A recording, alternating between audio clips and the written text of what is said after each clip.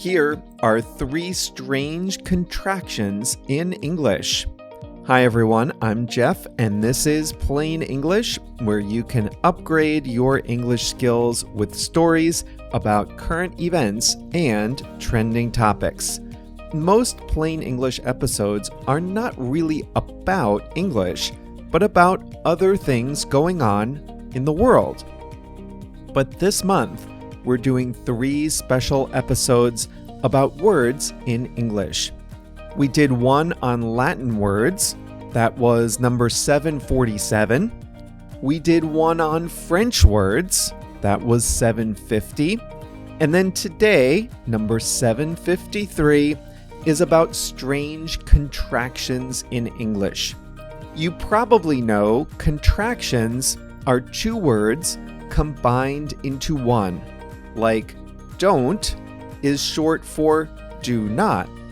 But there are some contractions that do not follow that rule, and I'll share 3 of them with you today.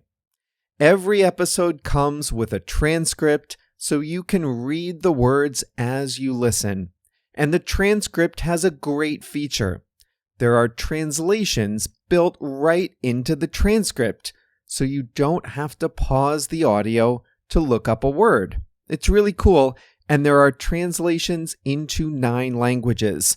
So if you haven't seen that, try it out today at plainenglish.com/753. That's where you'll also find a quiz, skills exercise, and a discussion area. plainenglish.com/753. Before we start today's story, I'd just like to remind you that the podcast is just one part of how we can help you upgrade your English skills. At plainenglish.com, you can make faster progress with active learning strategies. You can take quizzes, do activities, listen to the fast version of the audio, watch video workshops, practice what you learn, and even join a live call with JR and me. It's all about helping you build your skills to become a better, more confident English speaker. Sound good? Go to plainenglish.com to start your free 14-day trial today. Now, let's jump into today's story.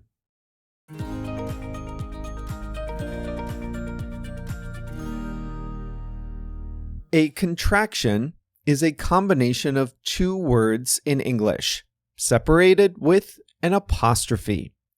Your is short for you are. Haven't is short for have not.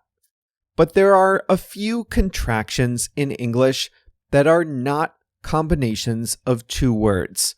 The ones we'll talk about today are ma'am, o'clock, and ain't. Let's start with ma'am.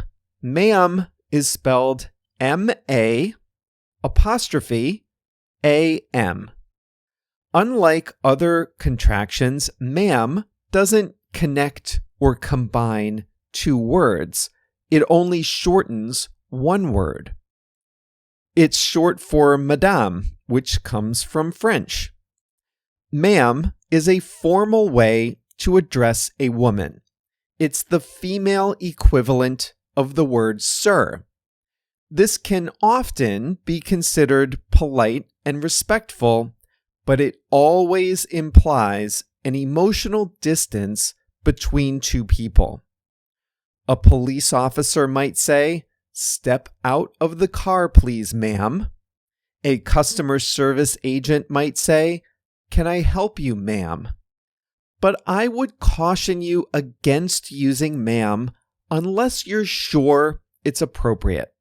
Some people might think that you're calling them old if you use that term, and you never use ma'am with someone you already know.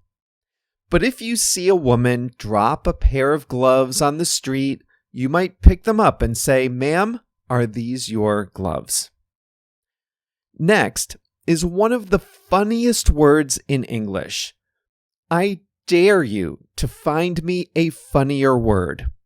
The word is o'clock. It's O, apostrophe, and the word clock. O'clock, it's 6 o'clock, means 6 hours after midnight. It's 9 o'clock, means it's 3 hours before noon, etc. O'clock is funny for a few reasons. First, it's not a contraction of words we would use today, but it is a contraction. The origin of o'clock goes back to the early days of mechanical timekeeping. Before mechanical clocks, people kept time with sundials, hourglasses, and church bells, all of which were imprecise. So when people first started referring to the time kept by mechanical clocks, they needed a way to specify that when they said 5, they meant 5 as told by a mechanical clock. So in the 14th and 15th centuries, people in English began to say 5 of the clock. By the 1500s, it was shortened to o'clock in informal speech. By about the 1600s, o'clock was the standard way to describe the time, and we still use it today. Most languages simply say hour. Translated literally, it is 1 hour, or they are 2 hours, or simply, it is 2, or it is 1. Only English, Welsh, and Gaelic use a term like o'clock in timekeeping. Finally, ain't. Ain't is a tricky word. It's spelled A-I-N apostrophe T, ain't. In school, kids learn that ain't isn't correct and shouldn't be used. It's not a swear word. It's not profanity. It's in the dictionary, and some adults use it. And yet, we learned that we shouldn't use it. What's the story? In conversation, ain't is a way of making a sentence negative. He ain't coming back home means he is not coming back home. She ain't from around here means she is not from around here. Almost every native English speaker will understand what ain't means, but this is a very unusual word. It's one of the few words that is common in daily speech and yet is frequently criticized by authority figures like teachers and grammar experts. Most authority figures in language say you shouldn't use the word ain't. Dictionaries call it non-standard.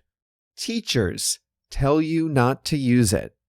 You won't see it in formal writing, and it rarely appears in publications like newspapers, nonfiction books, or journal articles unless the subject is dialects or language. There is a stigma to the word ain't. Many people say it's wrong or incorrect to use. Some people believe that using ain't is a marker of low education. In my opinion, this is a bit harsh. I personally never use it, but some people do use the word ain't in casual conversation, and you often hear it in creative work like song lyrics, movies, and works of fiction. And there are some dialects that use ain't without any stigma at all. You can use ain't for effect. People sometimes purposely use ain't just to grab attention. That ain't bad is a common way of saying that's not bad, even among people who know and respect the rules of grammar. Ain't is even part of a common English saying, if it ain't broke, don't fix it. So ain't is not all bad. Still, my advice to you is that you should not use ain't unless you really know what you're doing. Standard English is hard enough without having to learn how to use the non-standard words.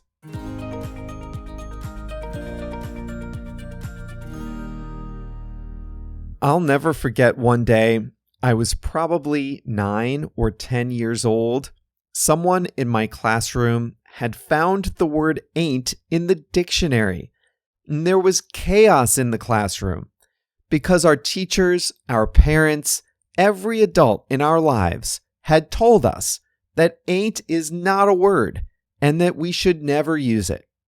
It should never, ever, ever cross our lips. And then one kid found ain't in the dictionary.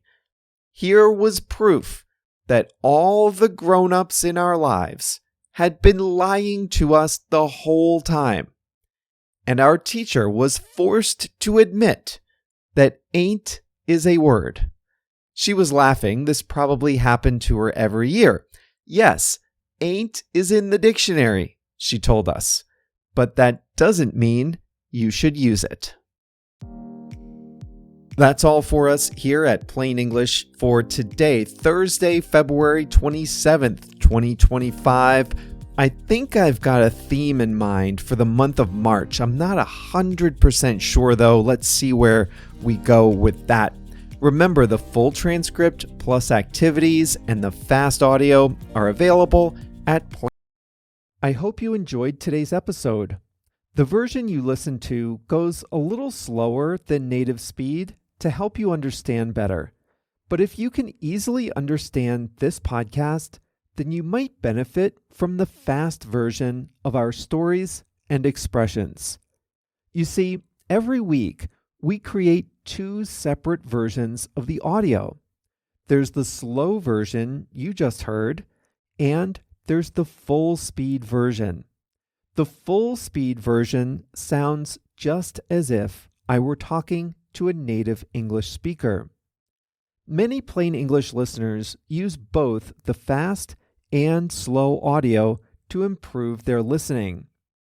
And before you ask, no, there's no artificial intelligence and no computer manipulation of the audio. I personally record 2 separate versions of all our lessons so you can hear the most authentic possible English at the speed that's right for you. So if you're ready to take the next step with your listening, go to plainenglish.com and sign up for a free 14-day trial. As soon as you do that, you'll unlock the fast version of our episodes. You can even listen on a podcast app. Go to plainenglish.com and sign up for a free trial today.